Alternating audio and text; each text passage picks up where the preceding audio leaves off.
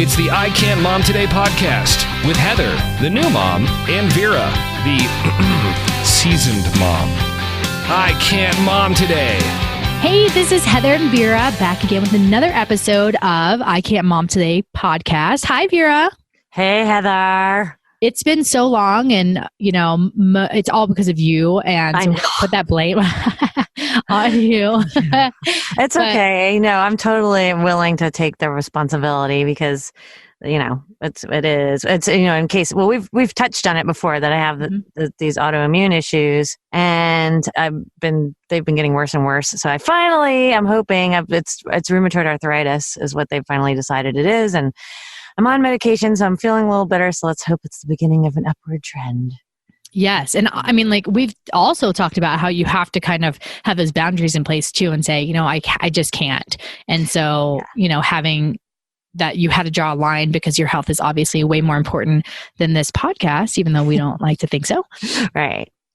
Yeah, no, it is. There was a point where I was just like, Heather, I really don't feel good. And, and I was like, I want to listen to someone who's like, whatever. That's not fun. You don't want dry, boring, sickly Vera. You want fun, upbeat, happy Vera. Yes. And we're back to, we have some capacity now in you. Yes, exactly. Thanks to some good meds and continuing with my acupuncture and all that fun stuff. And my crazy ass diet. No cheese for 53 days, I think it is now. So, Vera, you're feeling healthier, not quite 100%, but you're getting there, and that's what's important. And we're glad you're back. And yes. I hope you guys are ready. We're going to throw some insane stuff at you. Sure. Because being a mom is insane. It's really that's true. It is insane. In the membrane. Insane in the brain. Okay. Yeah. So we were going to talk about parenting types, right? Mm-hmm. Cool. We are. Right. And so on my extensive Google research, there are 4 types of parenting styles. And we have, and I found this on several different websites. So it's not like it's, one person saying this. It's a lot of different places saying this. One of the websites that we got this from is verywellfamily.com. So we got to get credit where it is. If you want to read the entire article. Yes. So there are 4 types: authoritarian, authoritative, permissive, and uninvolved. Yes. All very different. Yeah. But it's kind of like when I was reading all these websites, I'm like, oh, these people are all they're all very much so pointing to one type of parenting that's like the best parenting. Yeah, there's a little bit of a bias kind of feeling to it. Yes, but I see why though, So growing up, let's start describing them, and then we'll kind of do our experiences of like what we were like, or what we experienced growing up, and then how we want our children to be raised. Yeah. Yours is almost done, but whatever. Yeah, no, it's never done. It's true. And also, not everybody fits under one category. A lot of people are very fluid with their categories, and it's kind of, you're not going to fit under one box. Yeah, that's true. You want to start out with authoritarian? Sure. Authoritarian parenting is where you believe your kids should be seen and not heard. And when it comes to rules, you believe it's like my way or the highway, and you don't take your child's feelings into consideration. So it's like super strict. This is how it is. This is how it's going to be, period. That would not describe me. No, that would not describe you at all. That's not me at all. Do you think that you're like that with Baker?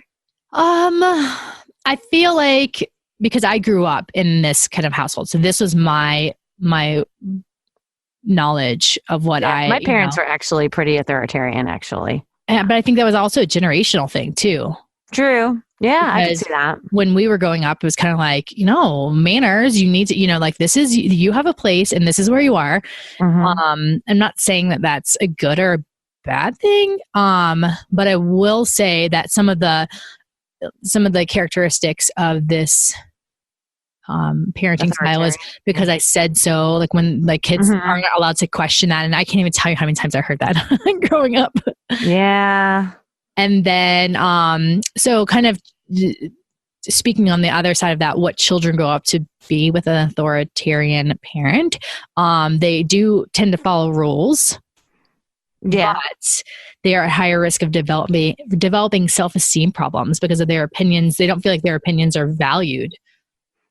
Yeah, I think that can be an issue. Well, honestly, like it took me a long time to figure out what my needs and desires were, I think because of that, because it was just, well, that's the rules. And your feelings aren't a part of this discussion. So sorry. So you just kind of learn to shut down. That's why I personally wouldn't agree with absolute authoritarian parenting, just because from my side of it. And of course I'm a really super sensitive person. So I took it all so literally, and I was like, oh, okay, I'm never going to ask for anything again. Yeah. You know? Yeah. And so for me, as a child, I don't think that was the healthiest. Sorry, mom and dad, but I just don't think, they did the best they could, but I don't think that was the best for me personally as a child.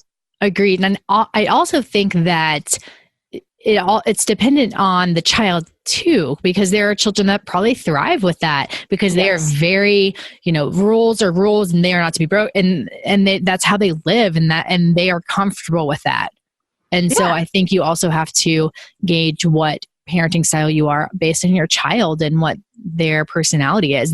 That was not a good one for me either, because for me, I was like, what? No, I would get so angry because I was like, this is stupid. Why? Like, tell me, like, why? I question things. I'm like, why does it do this? Why? I'm inquisitive. And so, being told basically to shut up, like deal with it. I just didn't care for that. Yeah. Well, but like you said, there are some kids that they do thrive in that absolute structure. Yes. So I think it is good to kind of like make that disclaimer to some degree. So. Yes. The next one is authoritative parenting. And that's where you put a lot of effort into creating and maintaining a positive relationship with your child. You explain the reasons behind your rules, not just I said so. And you enforce rules and give consequences, but take your child's feelings into consideration. That's pretty close to me, I think. Yes. Yeah. And we mentioned before, not everybody fits neatly into one box. Most people are going to fit into several boxes. So I think I see you as this and, another one that we'll talk about. But the authoritative, because, well, after a while though, like when Luke was growing up and he'd say, well, why? And I'd give an explanation. After about the second or third why, then I'd be like, because I said so. Like it's not up, or I'd say something like it's not up for discussion. Well, even still, I'll say that it's not up for discussion anymore. That's it. I can't, because otherwise you're justifying your parenting, and and it's just, sometimes it's just too hard to describe why after the third why. And it's starting to become a little too, in my opinion, it starts to become a little too insubordinate, Yeah. But that's enough. I am the parent here. I do need to put my foot down and say that's enough. No. Yes. Agreed. Yeah. So, so this is the one that everybody highlights as like, this is the amazing parenting style. Everyone should do it. Yeah. So there's just like not a lot of negative about this parenting style on the websites. Do you think that pertains to you at all? I mean, Baker's really young. He's a year and a half. So how much is he really getting rationalized? Yeah. Like how can he understand that it's basically yes and no right now? Yeah. No, don't do that. Yes, do that. Yeah. And so explaining it to him really doesn't do anything besides make me waste my breath at this point. Yeah. Well, yeah, that's true. Cause he's what? How old is he now? 1.5. I literally just said it. Oh, sorry. I'm just kidding. Pay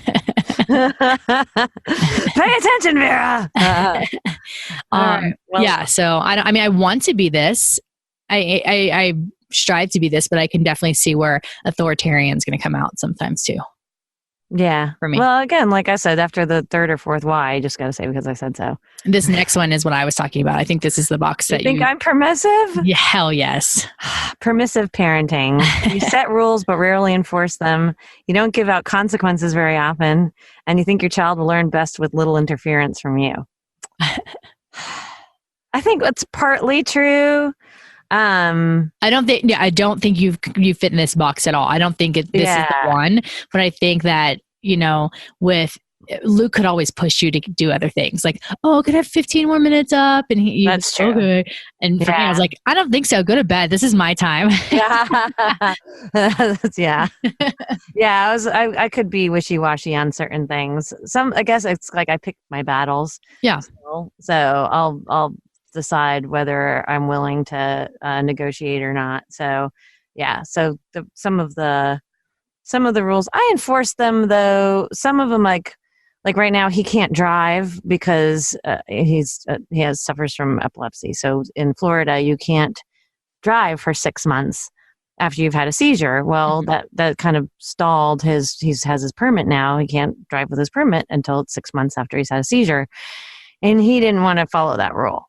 But to me, that's a rule that you follow. And I literally have, in fact, tomorrow will be 6 months. So I said, Saturday you can drive. And of course, 2 days ago, he's like, how come I can't drive now? How come I can't drive now? It's just a couple days. I'm like, no, it's the law. And we need to respect the law. There's a reason for the law. And it could be dangerous. And God forbid you get in an accident, have a seizure, and they find out that we didn't follow the law, Totally. And you'd feel terrible. I'd feel terrible. What if something happened to you? Like, it's just not, no, that's one rule. It's Saturday. Sorry. That's 6 months. So something like that, I'm like, absolutely positively. But then when there's like, have you practiced the cello? No. Have you emptied the dishwasher? No. Will you please empty the dishwasher? Okay. And then of course it doesn't get done for half a day. And then I'm finally like, can you please just Yeah. So I guess, again, I pick my battles is where I guess I would say. So I can be permissive in certain instances. Yeah. Like my hard line in the sand is, this is my time. Yeah. Yeah. Well, and that's good. I mean, that's not, like we've talked about so many times. It is important for us moms to take that time for ourselves. Yes. So just kind of talking about, just because we said that they didn't give negative for the other part, the other, authoritative. Yeah. But this one, kids who grow up with permissive parents are more likely to struggle academically. They may exhibit more behavioral problems as they don't appreciate authority and rules. Yeah. See, Lucas isn't. I mean, typically he's good in school. You know. Well, I don't think you're 100% this. You'd be like, okay, one more book or whatever. You would give a little bit. That's fine.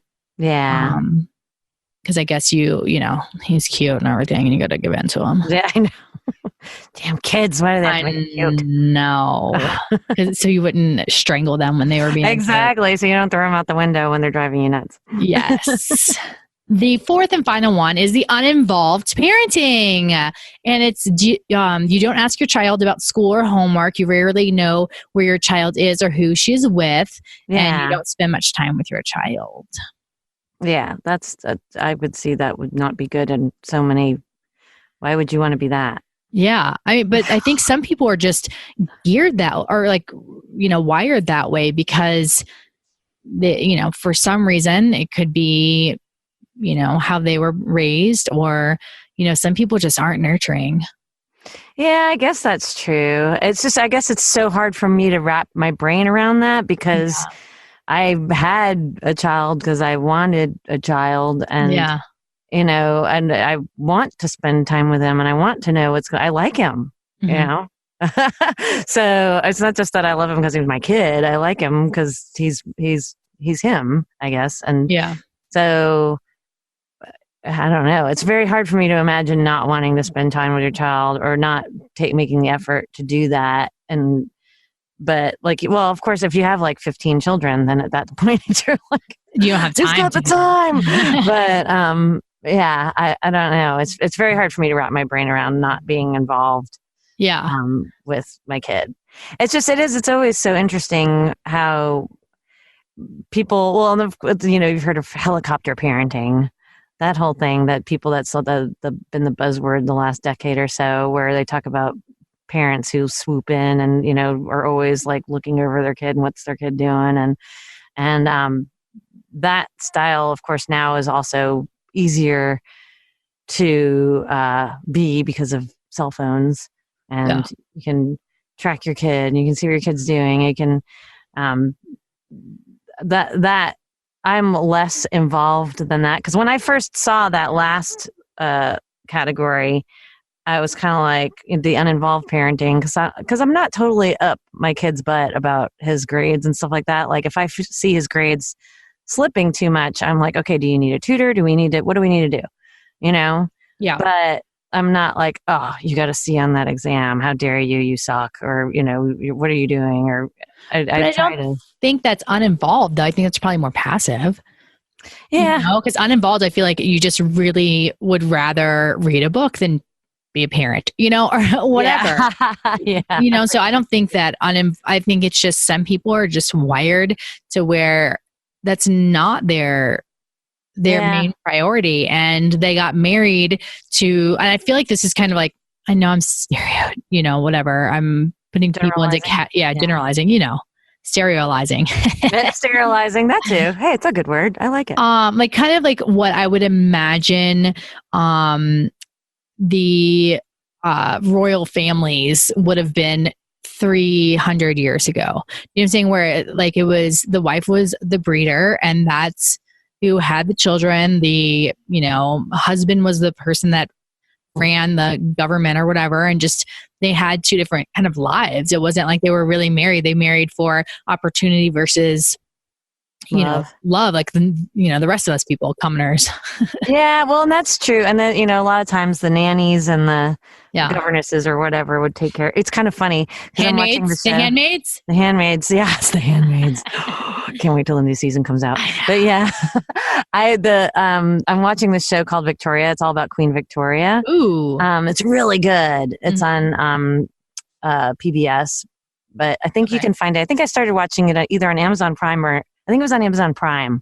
So you can start it there if you have Amazon Prime. But it's really good because, Queen Victoria her and her husband supposedly really did love each other, even though it was kind of an arranged marriage. And they had 9 children. And, she was queen, of course, for a long time. Pass. Yeah, me too. Good God, it makes my uterus hurt just thinking about it. But yeah, so my uterus hurt. So she, though, I guess there was a point where these pictures get out of her being bathing her children, being involved with. How old is she? Wait, when was this? When did this happen? I'm terrible with history, by the way. Queen Victoria. Well, this is during the Victorian age, so I guess it's like late 1800s. They didn't have cameras back then, so was somebody painting pictures of them? Yes, yeah. Well, they would sketch each other, So if Prince Albert was watching her bathe one of their children, he would just sit and sketch it just for fun and kind of being involved in the. It's kind of cute, actually. So anyway, so the copies of it got out. A printer printed a bunch of them out, and she was horrified because she was like, "People are going to look at me like I'm not a queen. They're going to look at me like a maid," And eventually they figured out that people liked it, because it was relatable. And she was a woman who loved her children and wanted to be involved. But that was kind of unusual, I guess, back in that time, that aristocratic women would let the maids do all that work, where she liked to actually be involved with them. So it's kind of interesting. Interesting. Yeah. So you can use the Queen Victoria style of parenting. Well, it's actually a really good show, though. I do recommend it if you like period, historical romance kind of stuff. It's good, because it's based in history, but of course they take a lot of creative license with it. What? I know. But anyway, so back to my original point is I feel like that's how, the male figure was in the olden days. Yeah. Well, yeah, I think that now in this generation, men are embracing fatherhood more, I think. And I think that's great. I think it's really good for the kids. It's been a weird transition for us, I think, because of women joining the workforce. And then I think there was a period where the kids are like, hello, parent, hello, both mom and dad are working, and anybody want to say hey? Now fathers are kind of stepping in. Of course, what was the word you used? Sterilizing. I'm sterilizing, but I think a lot of dads, are when I'm sure when Brad isn't out of town, and I've seen him, he's very interactive with Baker and throw Baker at you. And I think that this new generation of men are swooping in to be more involved. And I think that's great. I think it's really good for the kids. I think it'll be really good for the next generation. Yeah, for sure. Because well, you know what? I think, what's the right answer here? Because I think like the generation we are in is, even though, I mean, you're about what, 10, I forgot how many years younger you are. I'm thinking like 5. 5. Okay. Mm-hmm. Yeah. So we're still in the same generation, I guess. Yeah. Yeah. Well, I'm like on the border of like Gen X and whatever the other one was. So yeah, I'm on the border of Gen X and Gen Y. No, I don't know. I know I am Gen X. So you've got to be then like. Well, it's not Gen Y, right? It's the millennials, right? Yeah, the millennials. Yeah. So like I'm on the cusp of that. I'm like right in that weird year. That's like kind of, I have traits of both for sure. But I think that, you know, as a whole, our generation feel that millennials are lazy, you know, and they expect a lot for nothing. Yeah. Yeah. And I think that depends on, but I really think that depends on the millennial. Yes. Like I'm sterilizing it. Yeah. As we sterilize. I think, because I've met some millennials who are all over the place and they don't want to settle down and don't even care about owning a car or owning anything and don't even really have a career and are kind of all over the place. But then there's some millennials who are getting married early, and I mean, not early, but I think early, like getting married in their 20s and, settling down and, so I think it depends on I think that it's a shame that they sterilize the millennials so much because I think that there's like so many different shades of a millennial. Agreed. Yeah. So yes, I do feel like there is one truth for the most part. Not obviously not everyone has the same thing, but I feel like as a whole, millennials do expect a lot. Meaning like they expect to, come right out of college making $70,000 a year and, having 6 months vacation. And I'm like, whoa. Yeah. I've been here for quite some time and I have nowhere near that. Yeah, I think there is a little bit of that. And even in the ones that I know that are kind of like, well, why would I take that full-time job when I'm only going to be making $12 an hour? And well, okay, I'll say it. So with my stepson. So my husband will say to him, well, but it's in your field. It's what you got your degree in. And you'll start at $12 an hour, but then you'll work your way up within the company. You got to start somewhere. Yeah. Like, yeah, but why would I do that when I can make $800 waiting tables at a fancy restaurant and, in 2 nights and then have the rest of my time to myself? Why would I dedicate 50 hours a week to a crap pay and not having as much time to myself? So I kind of understand what he's saying, but then it's like, well, what were you thinking? You were just, like you said, just going to get out of college with your degree and be like, woohoo, 60 grand a year with benefits and vacation. And, it doesn't work that way. Yeah. But I also think that, millennials are smarter than us. Like me, I was itching to get out of my mom's house. I was like, I just can't anymore. Like I have got to break out. I need freedom. Same here. So I hauled ass as quickly as I could. And, but now millennials are, staying home until they're 20, 30 sometimes to save up for a house. And that would have been smart. Yeah. Oh, but I just can't imagine. Y'all wouldn't have survived that. Hell no. Somebody would have gone down. Yeah. Well, somebody would have been dead and somebody would be in jail. So we're just not sure which one. But that's really smart. And they're also, all still sterilizing that they also, they demand work-life balance as well. Yes. They will work hard, but they will also expect that their private time is is respected. Like for me, I think that's hard. And I'm trying to draw that line more with my work is that, what, this is my time. Before I had Baker, I was like, okay, whatever. But now that I have him, I'm like, I don't want to stop playing with him and, have to go answer an email or answer a phone call or whatever. Pass. Yeah. I do think that, and I can see that too in my stepson, and that, you know, my husband, when he was younger, he's working all the time. He's totally gone a lot because he was working all the time, and his mom's working too. And so I think, you know, growing up watching that, you're kind of like, I want to be able to actually have some fun.